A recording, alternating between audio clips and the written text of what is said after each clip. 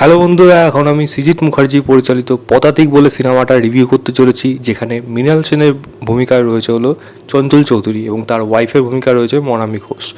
এই সিনেমাটাকে kind of biopic বলা চলে, বাট প্রপার বায়োপিক কিন্তু এই সিনেমাটা একেবারেই না। তার আগে একটা জিনিস অবশ্যই বলে রাখার প্রয়োজন, এই সিনেমাটাকে বুঝতে গেলে বা ভালোবাসতে গেলে বা ওই ট্রিবিউটগুলোকে এনজয় বা বলা যায় একটা ওই রোমহর্ষক বা বলা যায় ইমোশনাল করতে গেলে না আপনাকে মৃণাল সেনের ব্যাপারে না কিছু জিনিস জানতে হবে।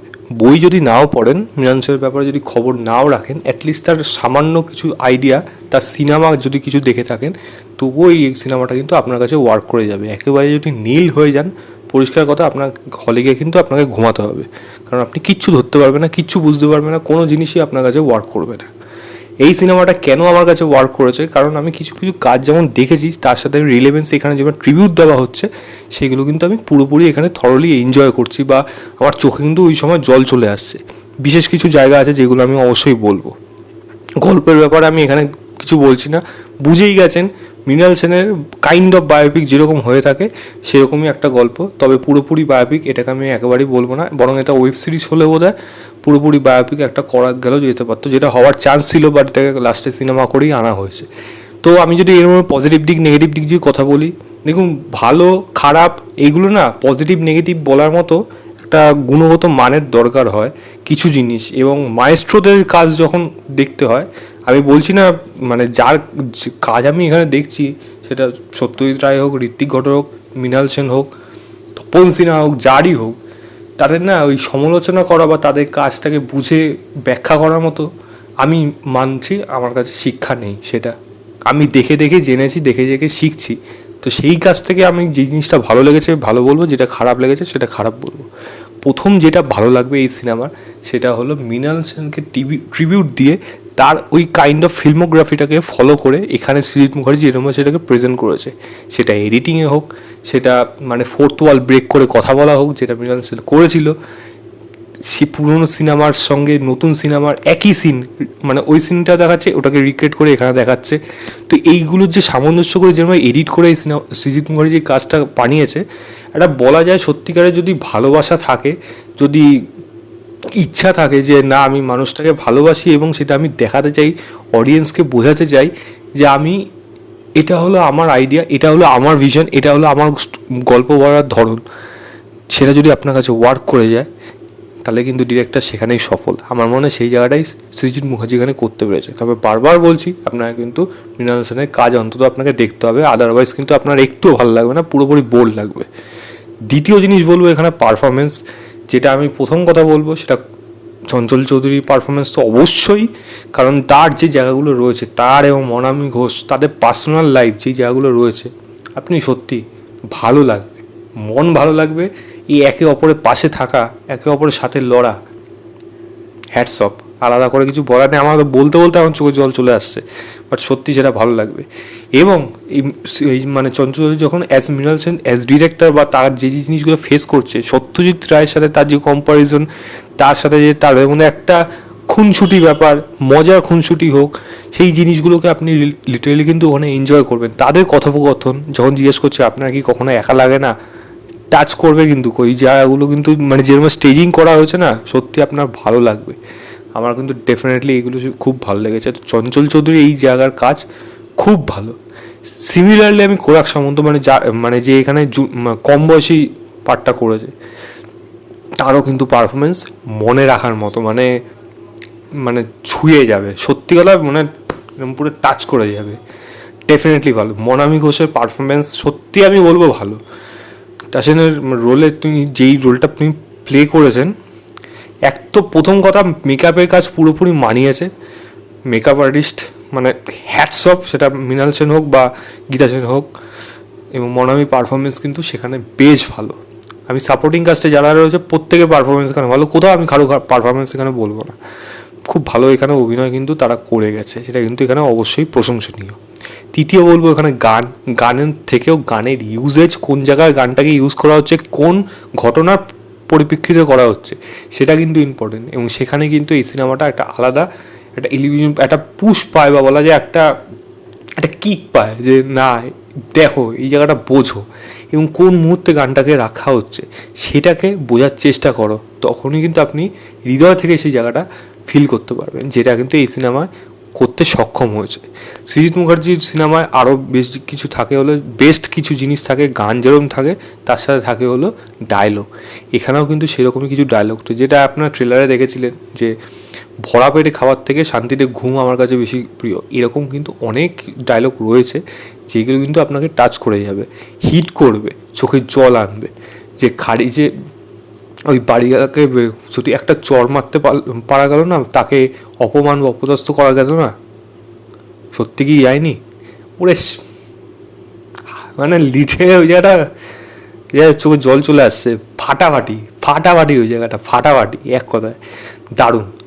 আপনি এরকম অনেক জিনিস এনজয় করবেন, সেটা সত্যজিৎ রায়, ঋত্বিক ঘটক, মৃণাল সেন। ঋত্বিক ঘটক যিনি পাঠ করেছেন, দুঃখিত আমি তার নাম জানি না, কিন্তু তিনি যখন স্ক্রিনে আসলো যে আমি আর বেশি দিন বাঁচবো না, আমার খিদে পেয়েছে, এবং লুচিটা খাচ্ছে, চোখে জল আসবে, পাক্কা আসবে। যদি আপনি ভালোবাসেন সিনেমাকে, বুঝতে পারেন, ফিল করতে পারেন, ওই কষ্টটাকে অনুভব করতে পারেন, আসবেই আসবে। খুব সুন্দর, খুব সুন্দর ওই জায়গাটা।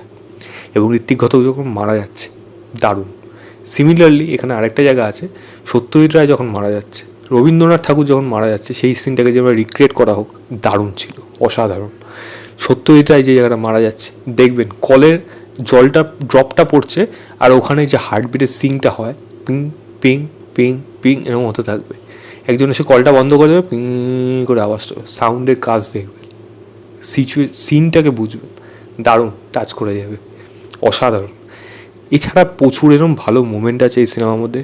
সিনেমাটা শেষ যেখানে হয়, ওই যে ওই 30 জন ডিরেক্টর যে হেঁটে যাচ্ছে ওই জায়গাটা, একটা ভারতীয় হিসাবে হয়তো আপনাকে গর্ব করবে, আপনি যেই ভাষায়, যেই অঞ্চলে, যেই রাজ্যেরই লোক হোক, ওই মোমেন্টটা কিন্তু আপনার জন্য অ্যাজ এ ইন্ডিয়ান আপনার কিন্তু গর্ব বোধ হবেই। আমারও কিন্তু হয়েছে ওই জায়গাটা।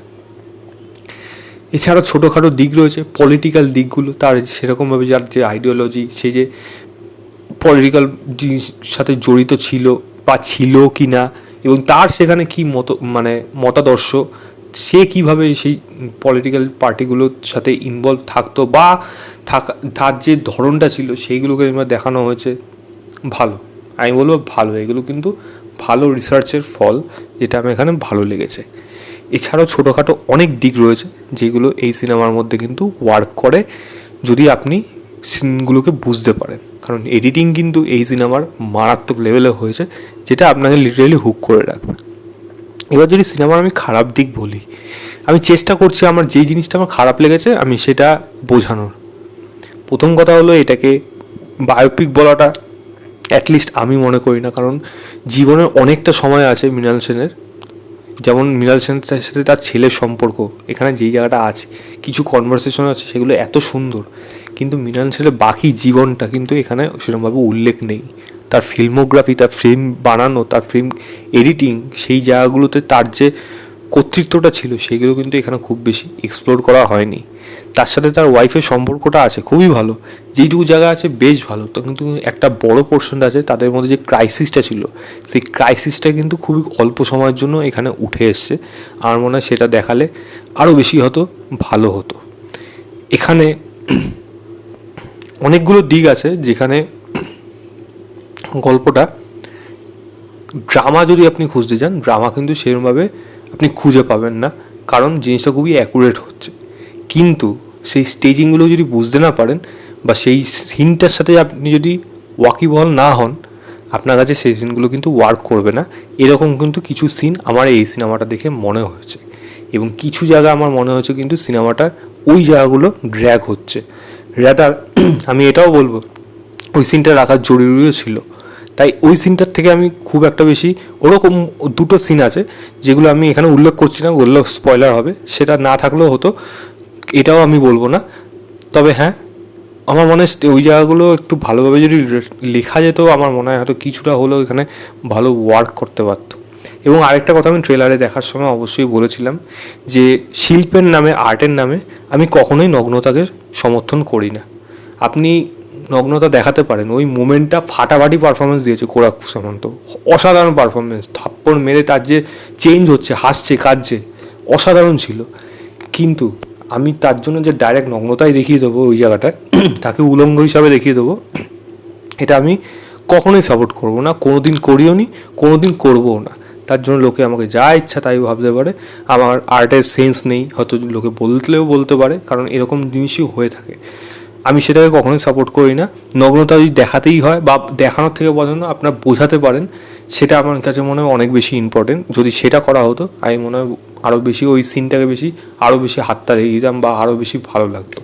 ওই সিনটা আমার কাছে জন্য কিছুটা হলেও মানে একটা খারাপ দিক হিসেবে থেকে যাবে।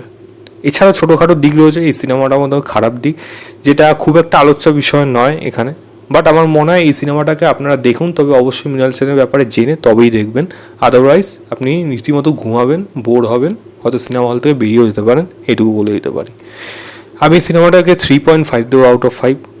পারফেক্ট ট্রিবিউট আমি এটা একেবারেই বলবো না, তবে যেই ট্রিবিউটটা দেওয়া হয়েছে সেটা পারফেক্ট হয়েছে, এইটুকু আমি বলে দিতে পারি। বাকিটা আপনাদের ব্যাপার, দেখে জানাবেন আপনাদের কেমন লাগলো। তো এই ছিল আমার ওভারঅল রিভিউ পদাতিক বলে সিনেমাটা। ভিডিওটা ভালো লাগলে লাইক, শেয়ার এবং চ্যানেলটাকে অবশ্যই সাবস্ক্রাইব করে দেবেন।